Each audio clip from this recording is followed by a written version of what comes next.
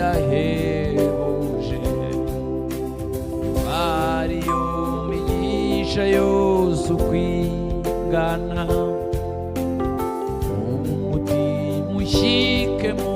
nda wishime ariyo migisha nonaha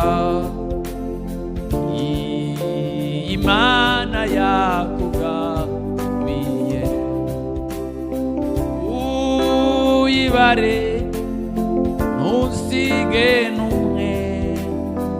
erega ni myinshi yo guta